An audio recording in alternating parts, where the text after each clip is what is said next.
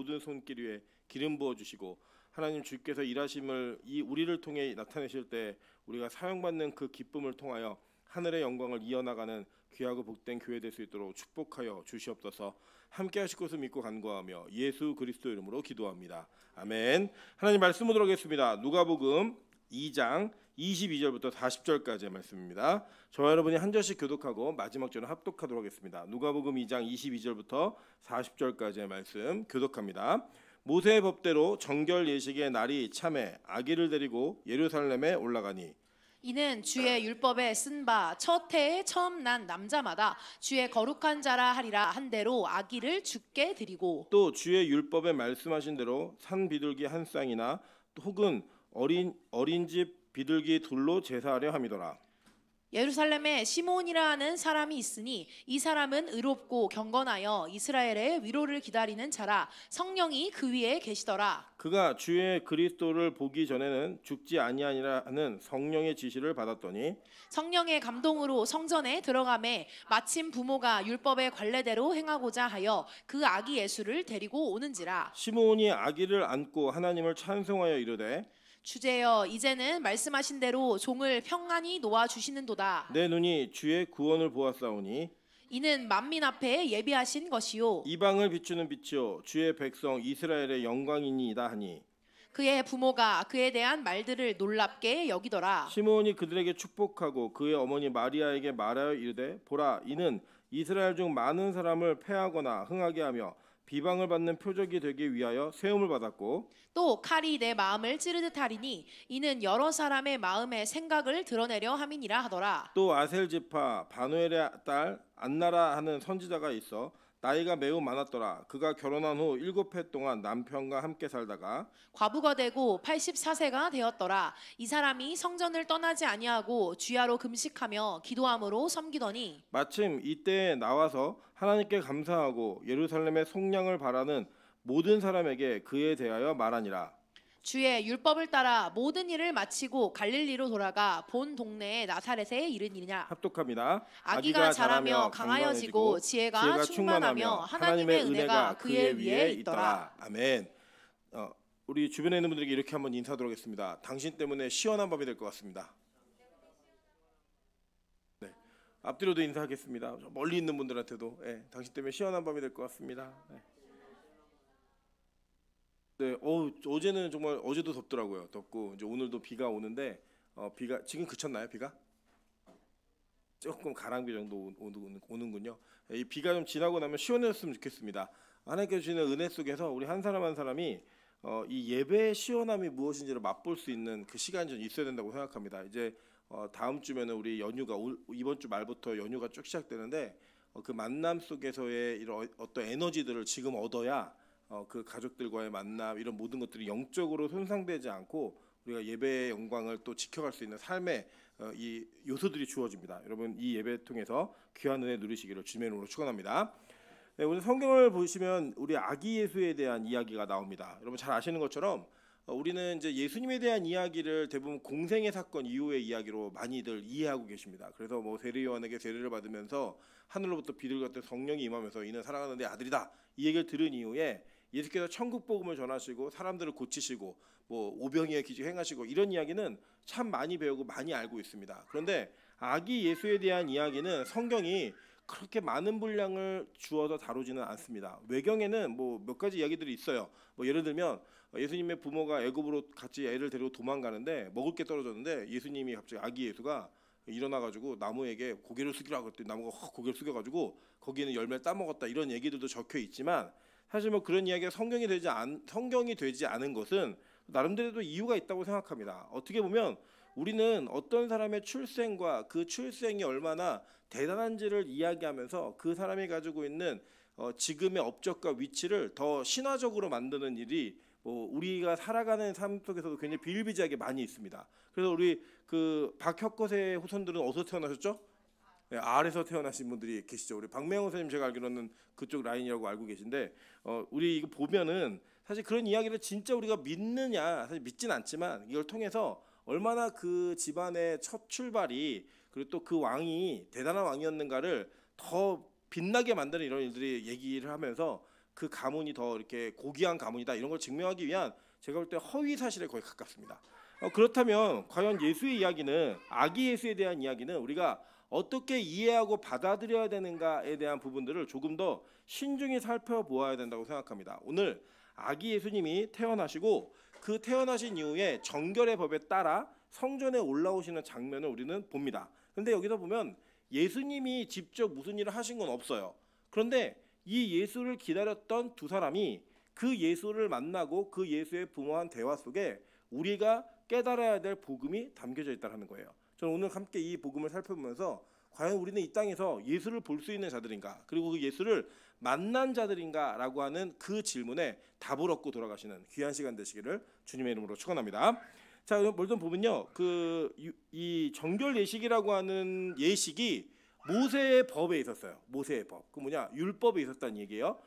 레위기 12장 2절부터 4절 한번 읽어볼까요? 레위기 12장 2절부터 4절 한번 읽어보겠습니다. 자, 시작. 이스라엘 자손에게 말하여 이르라. 여인이 임신하여 남자를 낳으면 그는 이레 동안 부정하리니 곧 월경할 때와 같이 부정할 것이며 8째 날에는 그 아이의 포피를 벨 것이요 그 여인은 아직도 33일을 지내야 산열이 깨끗하리니 정결하게 되는 기한이 차기 전에는 성물을 만지지도 말며 성소에 들어가지도 말 것이며. 자, 이 모세의 율법을 보면 아기가 태어나면 이스라엘 백성들이 꼭 하는 일이 있었습니다. 그게 뭐였냐면 남자아이와 여자아이가 태어났을 때 좀 달랐어요. 달랐는데 남자아이의 경우만 좀 보면요, 어떻게 했냐면 남자아이가 태어나서 8일이 되면 그 8일째에 남자아이에게 할례를 행합니다. 그리고 이 8일날 할례를 행하는 게 부활의 감격과 기쁨을 담고 있다는 거 여러분 이미 우리가 배워서 알고 있죠. 그 내용이 이미 담겨져 있어요. 그래서 그 8일째 할례를 하면 거기 끝나는 게 아니라 이 여자는 그날을 첫날로 해가지고 33일 동안 부정한 여인이 되어가지고 그 부정함이 깨끗해지는 시간이 필요해요. 그래서 이제 8일부터 첫날로 쳐서 33일이 지나면 총 합치면 며칠이에요? 40일이에요. 그러니까 보통 날짜 계산하실 때 이 첫날과 첫날부터가 하루다 이렇게 치면은 더한 다음에 뺀 다음에 하루 빼시면 돼요, 그냥. 그래서 이렇게 딱 40일이 차면 성전에 아기를 데리고 올라가서 정결 예식을 행하는 게 있어요. 그 예식이 어디에 담겨져 있냐면 우리 24절이에요. 율법에 말씀하신 대로 산비둘기 한 쌍이나 혹은 어린 집비둘기 둘로 제사를 함이더라라고 해서 이게 레위기 12장에 나와 있는 이야기예요. 이거 6절부터 8절까지 이야기인데 이 상황을 통해서 이 아이가 하나님께 드려짐과 동시에 또 그 여인에게 깨끗함을 입게 되는 일이 벌어지는 사건이 있습니다. 이게 무슨 의미냐? 이제 레위기 때 좀 자세히 살펴보겠지만 그 당시의 문화로서는 여자가 가지고 있었던 상징이 있었어요. 그리고 대부분 여성들은 남성에게 속한 자가 되어서 이 남자의 어떤 의미를 통하여 여자의 존재가 결정이 되었습니다. 그래서 남자가 할례를 받으면 여자도 할례 받은 사람이 되는 거예요. 남자가 할례 받지 않으면 여자도 역시 할례 받지 않은 사람이 되는 겁니다. 물론 이것을 문자 그대로 지금 이 시대에 적용하면 안 돼요. 지금 여자가 남자보다 열등한 존재다라고 설교하는 게 아니에요. 무슨 얘기하는 거냐면 그 당시에 예수님께서 처음에 인간을 창조하신 하나님의 뜻을 따라 문화 속에서 적용하신 내용이 있다는 거예요. 그 적용하신 내용이 뭐냐면 남자는 그리스도의 상징으로, 여자는 교회의 상징으로 상징이 되어져서 이 상징되어진 남자와의 여자의 연합을 통하여 하나님의 복음을 낳겠다라고 이야기하신 거예요. 그래서 교회는 계속되어진 부정된 모습을 가지고 있었고 그 부정된 교회가 예수와 연합함으로 말미암아 그 부정된 가운데서도 계속 복음을 나타나는 거예요. 여러분, 그래서 교회는 깨끗함과 정결함으로 계속 이루어지는 게 아닙니다. 어떻게 이루어지는 거냐면 부정된 가운데 계속되어진 예수의 은혜로 말미암아 교회라고 하는 것이 복음을 이어가는 거예요. 그래서 다윗을 복음이라고 얘기하는 겁니다. 그리고 여러분, 유다의 며느리였던 다말을 복음이라고 이야기하는 거예요. 심지어는 그 죄인이었던 유다 자체도 그 복음의 연속선상에서의 한 그 텀을 메꾸고 있는 이런 사람으로 보는 거예요. 마찬가지입니다. 우리 이 시대를 살아가면서도 지금 우리도 시대의 교회와 시대의 복음 속에 한 역할을 감당하는 거지, 여러분 자체가 인생 전체의 주인공이 아니고 복음 전체의 주인공이 아니에요. 주인공은 누구냐면 예수 그리스도가 주인공으로 이 땅에 다시 오실 때에 우리는 그 주인공과 연합됨으로 말미암아 우리가 그때야 주인공이 되는 겁니다. 여러분, 그래서 그 주인공이 되는 사건을 요한계시록에서는 혼인잔치로 표현하죠. 그래서 여자가 남자에게 속하여 구원받는, 여자가 남자에게 속하여 남자와 같은 위치가 되어지는, 이걸 얘기하고 있는 거예요. 그래서 지금 이 시대 속에서 율법에 담겨지는 내용이 어떤 의미냐면, 여자가 교회를 나왔어요. 근데 여자는 어떤 사람이에요? 여자는 부정한 존재라고요. 그 부정한 존재의 피가 흐르는 것이 끝나고 몸이 완성될 때까지 시간을 40일을 두는 거예요. 그 40일을 두면서 이 40일 동안의 정결함을 통해 그 정결이 끝나면 이제는 성전에 나올 수 있는 권리가 주어지는 거예요. 아이와 함께. 그 남자아이를 낳았을 때는 이렇게 일이 진행되는 겁니다. 이 남자가 누구의 상징이냐? 그리스도의 상징이에요. 교회가 예수를 낳는 거예요. 여러분 계속 보시면 우리 요한계시록 12장에 보시면 예언의 말씀이 있는데, 그 예언의 말씀 가운데 내용이 뭐냐면, 용이 여자 임신한 여자를 괴롭혀요.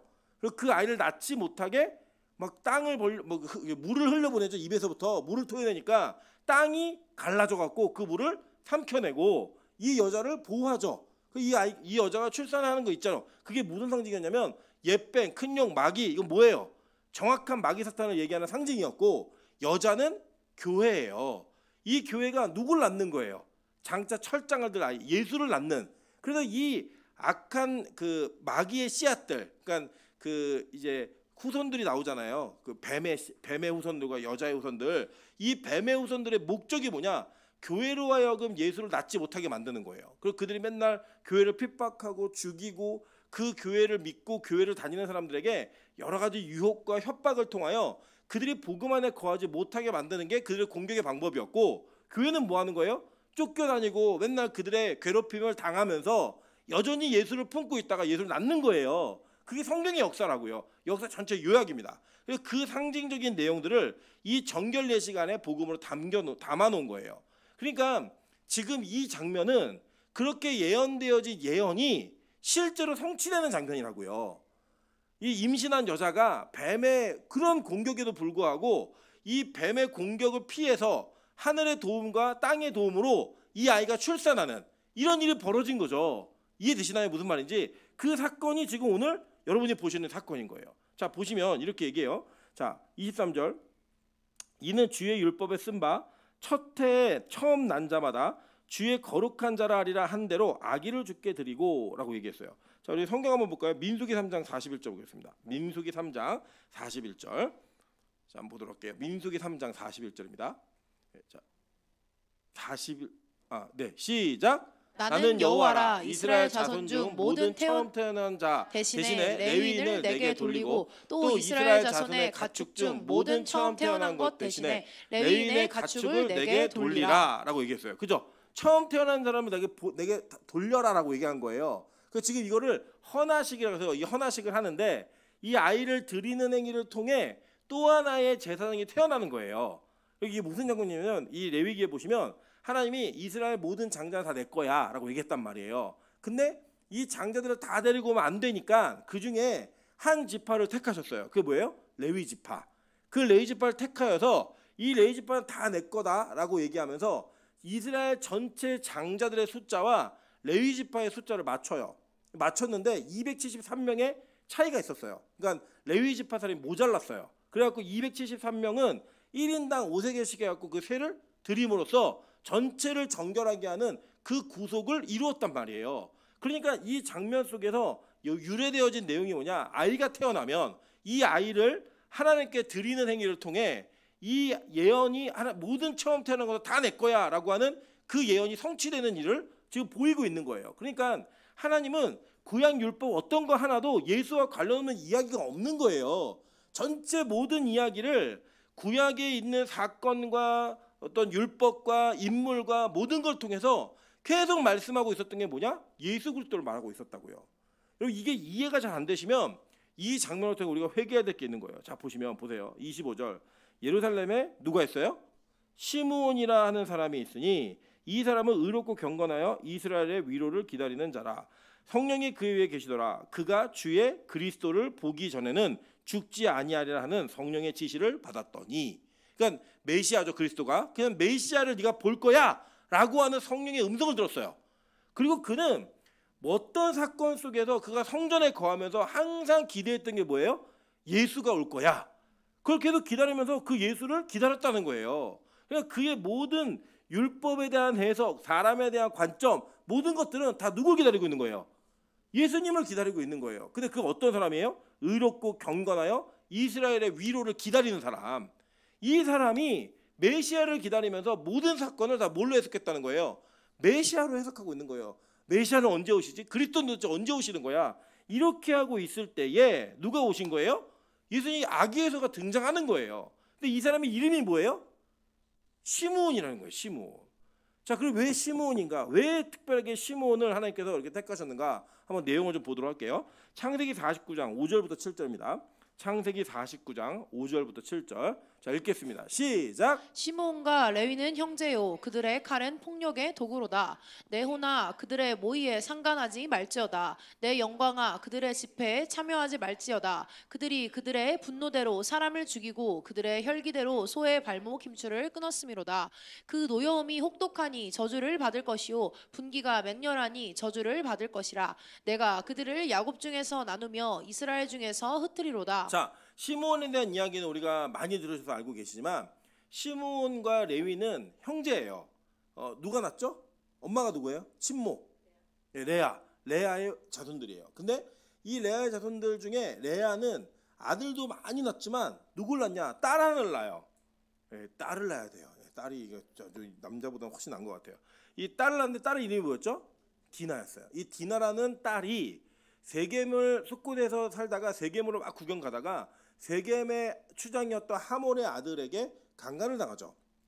그 강간당한 이후에 이 집안이 청혼을 해옵니다. 근데 이 청혼한 것을 안 받아들여요. 왜 안 받아들였냐면 정시주 절차가 아니었기 때문에 이 두 아들이 어떤 계략을 쓰냐면 너희들 할례 받지 못한 백성 우리는 혼례 못 보내주니까 할례 받아. 할례 받은 이후에 그들이 움직이지 못할 때 가가지고 이 둘이 그 족속을 다 멸절해버렸어요. 완전 다 죽여버렸어요. 이 표상이 뭐냐면 어떻게 인간이 죄를 지으면 그 죄를 갖고 살아가냐예요. 여러분 창세기 49장은 야곱이 각 개인에 대한 어떤 예언을 통하여 축복과 저주를 구분한 것처럼 보여요. 표면적으로는. 근데 그 내면은 전체 아들 12아들의 이야기가 복음의 스토리예요. 어떻게 우리 인간이 구원받는가예요. 여러분 잘 한번 보실까요? 그 증거를 대드리면 첫 번째 아들이 누구였죠? 첫 번째 아들 르우벤. 야곱의 첫째 아들은 르우벤입니다. 근데 이 르우벤이 뭘 했어요? 아버지의 침상에 올랐죠. 그건 뭐냐면 아버지처럼 되고 싶어 했다는 거예요. 아버지의 서모를 범했어요. 그래서 내가 아버지와 같은 사람이야 라고 얘기했다는 거예요. 이 르우벤 같은 행위를 한 사람이 누구예요? 제일 처음 아담이 그랬잖아요. 아담이 창조되어진 하나님의 창조된 첫 번째 인간이었는데 이 아담이 그 인류의 장자죠. 장자로서 한 행위가 뭐냐면 하나님처럼 되고 싶어서 선악과를 따먹었다고요. 그 사건을 지금 르우벤이 그대로 재현해 놓는 거예요. 그렇게 선악과를 따먹은 자들이 뭘 하냐? 자기 눈에 선과 악의 기준을 가지고 사람을 죽이기도 하고 살리기도 하는 거예요. 근데 이들이 뭐 했어요? 모이기만 하면 죽일 사람 찾는 거예요. 우리 기준에 이 세겜 땅에 이 인간들은 다 죽어야 되는 백성들이야. 왜? 우리 동생을 강간했으니까. 그래가지고 다 죽여버리는 거예요. 여러분들 이 이야기를 보시면 이게 누구의 이야기 같아요? 선악과를 따먹은 인간이 말로 행동으로 눈으로 사람을 죽이고 있는 그 현대의 우리 인간들의 모습 그대로 아니에요? 그 모습 그대로 성경을 표현해 주는 거예요. 그런데 그렇게 첫째 아들, 둘째 아들, 레위까지 셋째 아들이 그렇게 이야기가 되고 그 다음 등장하는 사람이 누군지 아세요? 유다가 등장을 해요. 넷째 아들인. 그 유다로 인해 유다에 대한 이야기가 다 복이에요. 다. 유다로 인해 뭐가 이루어지냐? 첫째가 범죄해서 둘째, 셋째에게 나타난 죄의 성향이 이 유다로 말미암아 구원받는 스토리로 이어지는 겁니다. 왜 그게 맞냐면 만약에 야곱이 12아들에 대한 이야기를 한다면 순서대로 하는 게 맞다고요. 그런데 이 넷째까지만 순서예요. 다섯째부터는 순서대로 얘기 안 해요. 막 섞여 있다고요. 왜 그러냐? 그 각 사람의 역할이 달랐기 때문이에요. 그 역할이 달랐던 그 역할을 따라 구원받은 자들의 복음의 스토리가 그 뒤에 다 이어져 있는 겁니다. 그러니까 성경은 우리에게 뭘 얘기하고 싶은 거냐면 너희는 루벤 같은 자들이고 시므온과 레위 같은 자들이야. 근데 너희가 유다로 말미암아 구원받는 은혜가 나타나게 될 거야 라는 거를 성경의 도처에서 설명해 주고 있어요. 그 내용 한번 볼까요? 여호수아 19장 1절입니다. 여호수아 19장 1절 자, 여호수아 19장 1절. 자, 시작. 둘째로 시므온 곧 시므온 자손의 지파를 위하여 그들의 가족대로 제비를 뽑았으니 그들의 기업은 유다 자손의 기업 중에서라. 자, 시므온 지파에게 하나님께서 주신 땅이 어디에 있어요? 유다 지파 땅 안에 있다고요. 그래서 그것을 뭐라고 불렀냐? 기업이라고 불렀습니다. 여러분, 기업이라는 단어를 국어사전을 검색해 보시면 뭐라고 나오냐면 이 세습되어지는 자산 이렇게 나와요. 그러니까 이거는 자녀들에게만 주는 자산인 거예요. 그러니까 이 세습되어지는 자산의 시므온의 자산은 어디 안에 있었어요? 유다 지파 땅 안에 있었다고요. 더 넓히지도 못하고 줄이지도 못하고 그냥 그 안에 있다가 유다에게 속한 지파가 돼버리는 겁니다. 그렇게 이야기되는 거예요. 그래서 여러분이 잘 아시는 것처럼 이 시므온은 우리 인간, 즉 내 옛사람의 모습을 그대로 표현하고 있는 상징으로서 12아들 가운데 사용받은 거예요. 그래서 어떤 일이 벌어지냐면 민수기 26장 14절 한번 볼게요. 민수기 26장 14절. 민수기 26장 14절 다 같이 읽어보겠습니다. 시작. 이는 시므온의 종족들이니 계수된 자가 22,200명이었더라. 자, 시므온의 종족들이니라고 하는 거 뭐냐면 시므온 지파들이에요. 이 시므온 지파 띄워주세요. 크게. 시므온 지파를 셌는데 몇 사람이에요? 22,200명. 이게 몇 장이에요? 지금 민수기 26장. 그리고 첫 번째는 민수기 몇 장에서 세고 있어요? 예? 민수기 3장에서 세잖아요. 이 숫자를 세는데 이 셀 때 시므온이 몇 명이었냐면 6만 명에 육박해. 5만 9천 몇 명이에요. 그런데 제일 많이 줄은 지파가 어디예요? 시므온이에요. 12지파 가운데. 자, 이게 뭘 얘기하는 거냐면 여러분 그 시므온이 어떤 또 역할을 하나 했었냐면 요셉이 그 도단에서부터 세겜에서 도단으로 이렇게 올 때 저게 꿈꾸는 자가 오는다. 우리가 저를 죽여 그 꿈이 어떻게 되나 보자라고 얘기했던 게 누구였어요? 시므온이에요. 정황상. 그래서 요셉이 시므온을 따로 잡아놓잖아요. 그런 일이 벌어졌던 걸 보면 시므온은 악랄한 사람이었고 한번 사람을 찍으면 죽이지 않으면 직성이 안 풀리는 사람이었다고요. 그래서 끝장을 보자 이런 사람이었다고요. 그랬던 시므온이 지금 제일 6만 명의 육박과 되게 강력한 지파였어요. 시므온이 초기에는 출발할 때. 근데 광야 생활의 40년을 통해 원래 옛사람 60만이 죽는다고 얘기했죠. 그 60만이 죽고 새로운 60만이 태어나는 것. 이거를 보여주는 게 이 출애굽기에서 민수기에서 광야 생활을 얘기하는 증거다라고 얘기했어요. 그래서 사람을 숫자를 세는 게 전반부에 나오고 후반부에 나오면서 이 두 개를 비교해 줘요. 그래서 뒤에 끝자리 수는 그 우수리는 좀 차이가 있지만 60만이 60만으로 그대로 존재하는데 그 중에 시므온 지파가 특이한 게 뭐냐면 제일 큰 지파 중에 하나였던 시므온 지파가 제일 작은 지파가 되더라는 거예요. 이게 뭐냐? 그 광야 생활하면 뭐가 죽은 거예요? 자아가 죽는. 내가 막 분노가 일어나고 사람을 죽이고 싶고 막 잔해하는 기계가 되어서 어떤 일든 막 끊어버리고 싶은 정죄하고 판단하는 그런 성향이 이 광야 생활을 통해 어떻게 된 거예요? 사라지고 있는 거예요. 그걸 보여주는 거예요. 그거를. 그랬기 때문에 이 시므온이라고 하는 그 이름과 그 시므온의 지파가 가지고 있었던 역할이 뭐냐? 이 땅에서 반드시 예수를 통한 구원이 필요한 자들을 상징하는 거예요. 그게 누구예요? 우리예요. 우리의 모습을 상징하는 거예요. 그리고 여러분 여기 보시면 아주 재밌는 표현이 뭐냐면 시므온이요. 그 예수를 만난 이후 아기 예수를 만난 이후에 이 아기 예수가 메시아인 거 알았어요. 네, 놀랍지 않으십니까? 그 율법사들과 뭐 제사장들이 몰라봤던 그 아기 예수를 단눈에 알아봤어요. 한 번에. 드디어 메시아가 오셨구나. 그리고 하는 고백이 뭔지 아세요? 주제여 이제는 말씀하신 대로 종을 평안히 놓아주시는도다. 이렇게 얘기를 해요. 그러니까 시므온도 지금 시므온이 뭐 하냐면 맨날 성전에서 특세하고 있는 거예요. 예수 오나 안 오나 메시아가 오나 안 오나 특세하고 있었는데 이제 그 예수를 만나니까 뭐예요? 드디어 내가 자유를 얻었다 이거예요. 네. 그러니까 우리가 여러분 신앙생활을 사실은 우리의 기질과는 전혀 다른 방향으로 가야지만 신앙생활 되는 거예요. 우리는 죄인이다 아니다. 죄인이라고요 우리가. 근데 죄인인데 죄인이 예배드리는 게 어색하다 아니면 즐겁다. 어색하고 힘들어요. 즐겁지 않다고요. 그러니까 우리는 하나님의 말씀이 우리에게 임하면 일단 오는 감정이 뭐냐면 불편해요. 내가 못하는 거 하라고 얘기하는 거예요. 나는 정말 저 사람 정말 용서 못하겠는데 용서하라는 거예요. 나는 저 인간을 죽이고 싶은데 살리라는 거예요. 나는 진짜 이렇게 기도하고 싶지 않은데 기도하라는 거예요.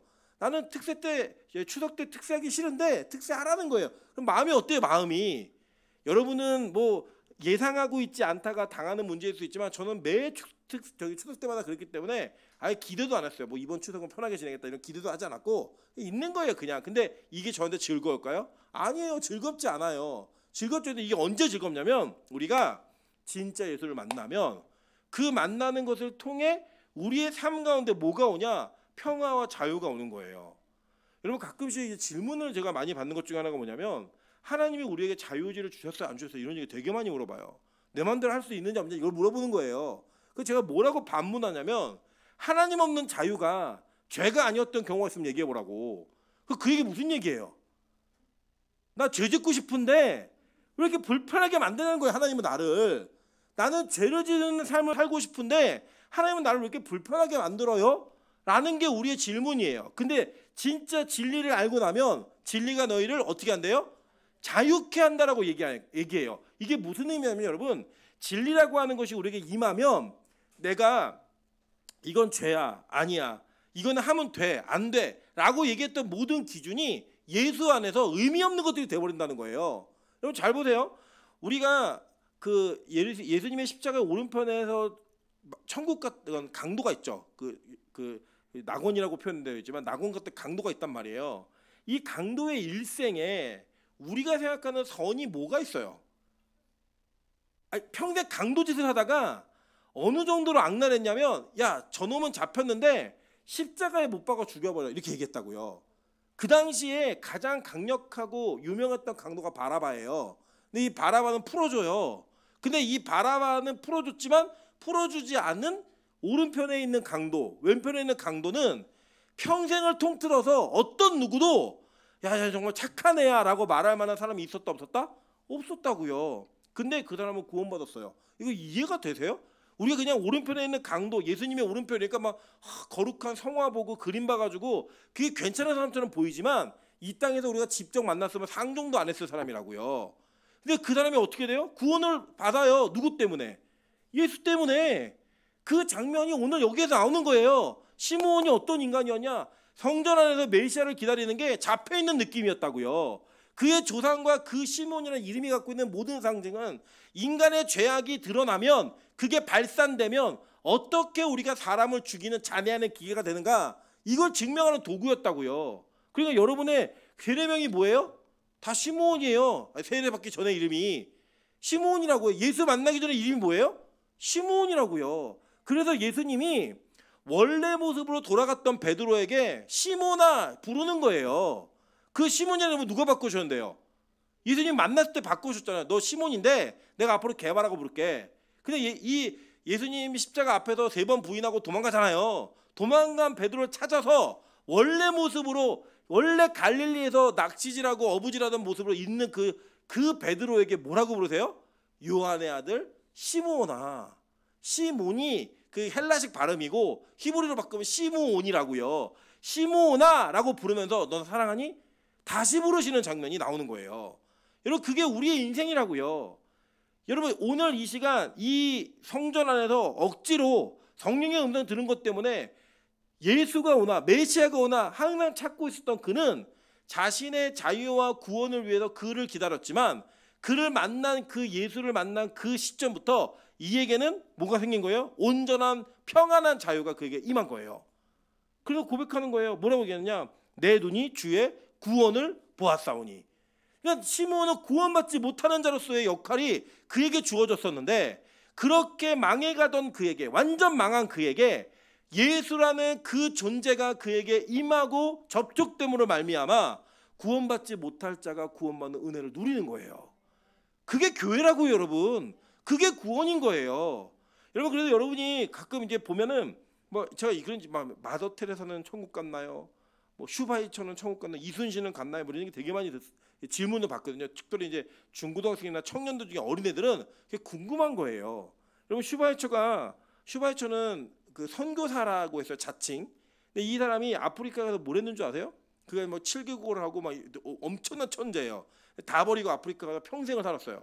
여러분 슈바이처 그러면은 느낌이 좋으세요, 안 좋으세요? 좋으시죠. 예를 들어 우리가 슈바이처 같은 사람이 되라 이렇게 얘기하면 되게 느낌이 좋다고요. 근데 이 슈바이처는요 예수를 메시아로 인식하지 않았어요.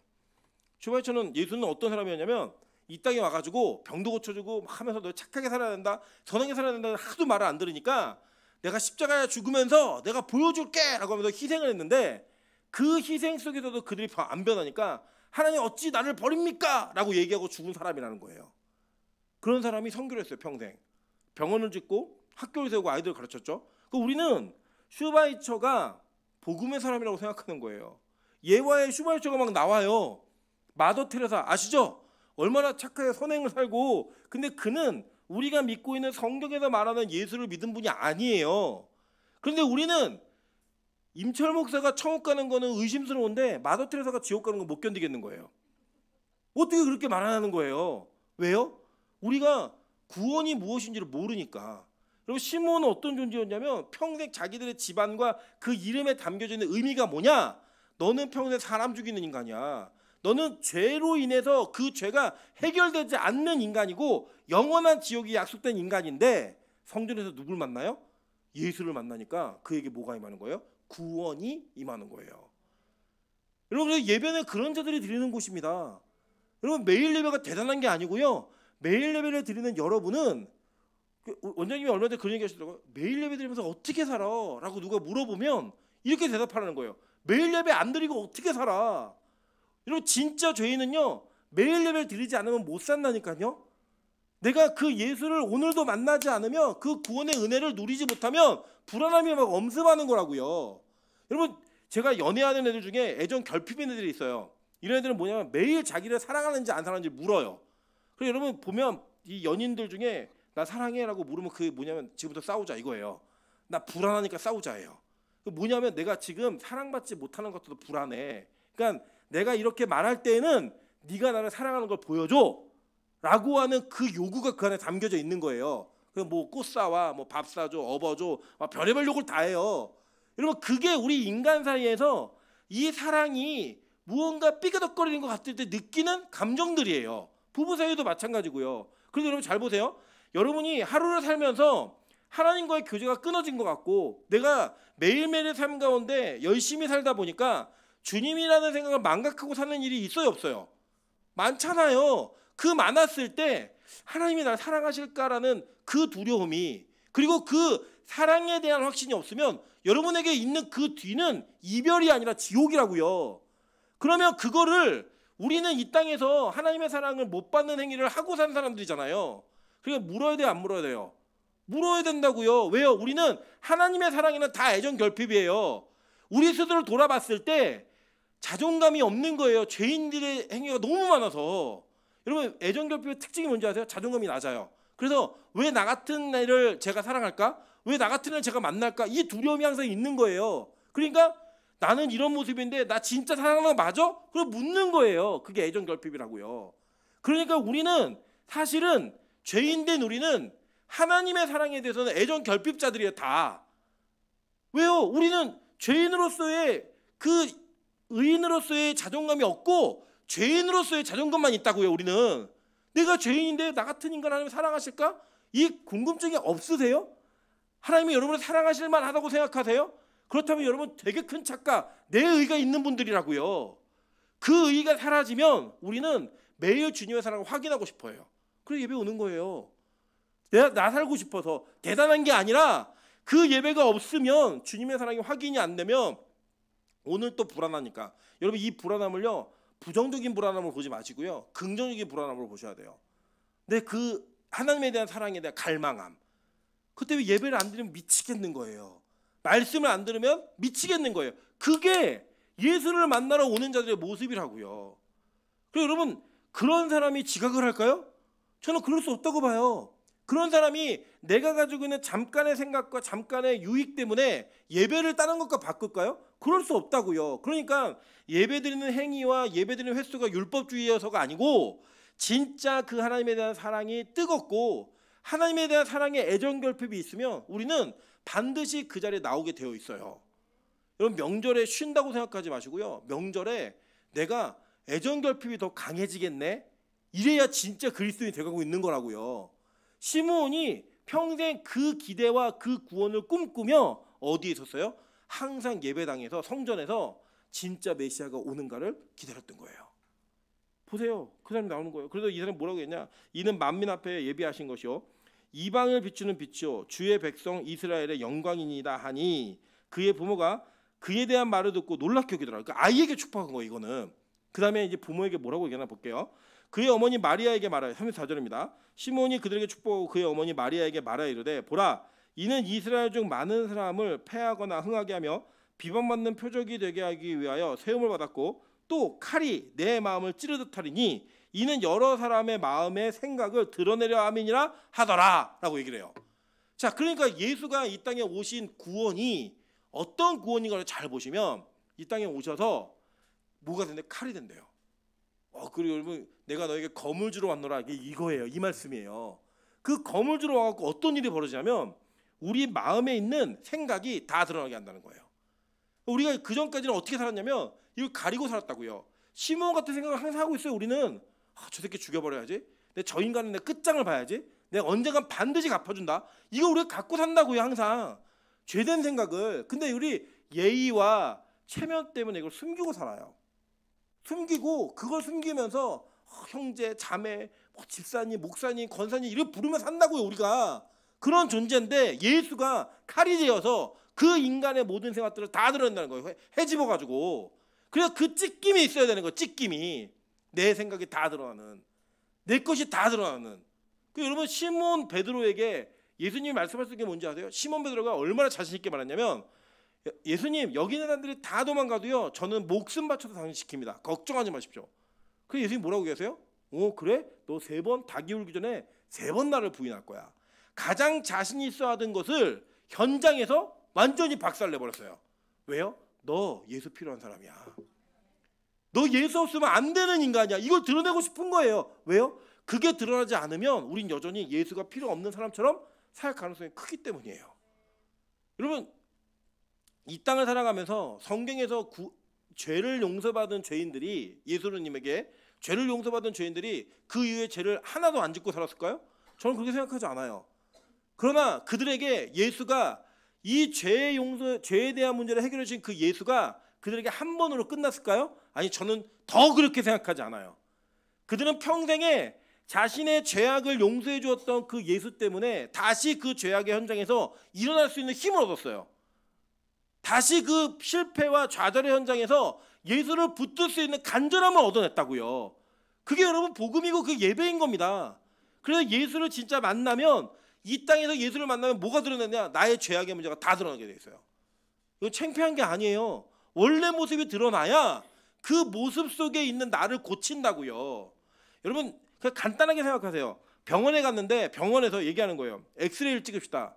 저는 옷 올리는 게 너무 부끄러워서 그럴 수가 없어요. 저는 그게 안 됩니다. 그러면서 막 팬티도 막 철 팬티 입고 가고 이래갖고 안 나오게 막 찍고 이러면 병이 나오겠냐고요. 안 나오잖아요. 여러분 심지어는 우리가 여기 있는 뭐 여성분들도 남성분들도 여자 의사건 이성의 의사가 앉아 있을 때 배 올리세요. 배 올려요 다. 엉덩이 까세요. 엉덩이 까요. 왜요? 내 걸 다 드러내고 보여줘야 그 병이 나을 수 있기 때문이에요. 그거 아주 단순한 진리잖아요. 그럼 병원 갈 때도 어떻게 입고 가세요? 벗기 좋은 옷, 잘 보여줄 수 있는 옷 이런 거 입고 가시지 거기에 막 코르셋 입고 막 갑옷 입고 이러고 가세요? 그런 사람 없어요. 이 땅에. 다 보이기 위해서. 그 똑같은 원리가 영적인 원리로 적용되는 거예요. 교회는 우리에 있는 죄악과 우리의 실제 모습이 그대로 드러나는 것을 너무나 당연히 여기는 곳이에요. 이유가 뭐냐? 그래야 나으니까. 그래야 고쳐지니까. 그래야 내 존재가 어떤 위치인지를 아니까.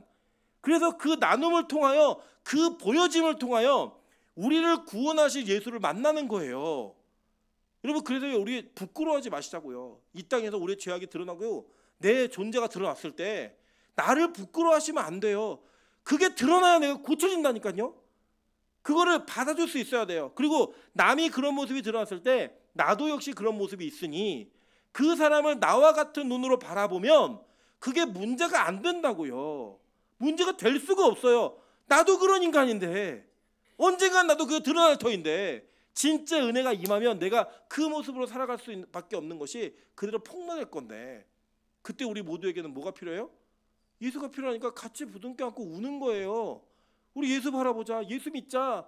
예수 때문에 사는 거야. 이거 말고는 우리에게는 어떤 방법도 유효하지 못한 겁니다. 그거를 지금 시므온이 성전에서 보여주고 있는 거라고요. 결국 뭐예요? 이 사람의 이 메시아가 칼이 되어서 누가 드러나는 거예요? 자기가 드러난 거예요. 자기의 모습이 그대로 드러나는 거라고요. 그게 바로 이 성전에 있었던 첫 번째 사람이었던 시므온의 모습이에요. 그죠? 또 한 사람이 있습니다. 이거 하면은 시간이 너무 갈 것 같아서 이거 다음 주 목요일 날 할게요. 네. 다음 주 목요일 날 예배 드리죠, 그죠? 네. 다음 주는 화요일 빼고는 다 예배 그냥 다 드립니다. 그대로 다 드리니까 걱정하지 마시고. 여러분, 이 뒤에 안나라고 하는 사람이 나와요. 그죠? 이 안나가 어떤 모습으로 예수를 기다렸는가, 어떤 모습으로 예수를 만나게 되었는가, 이것도 살펴보면요, 이 안에 또 은혜가 있어요. 그럼 오늘 우리 시므온 하나만 갖고 좀 기도하도록 할게요. 시므온은 어떤 사람이었냐? 자기 뿌리가 조상부터 죄악의 극치를 달리는 사람이었어요. 그 우리예요. 그 우리 모습 그대로 보여주는 거예요.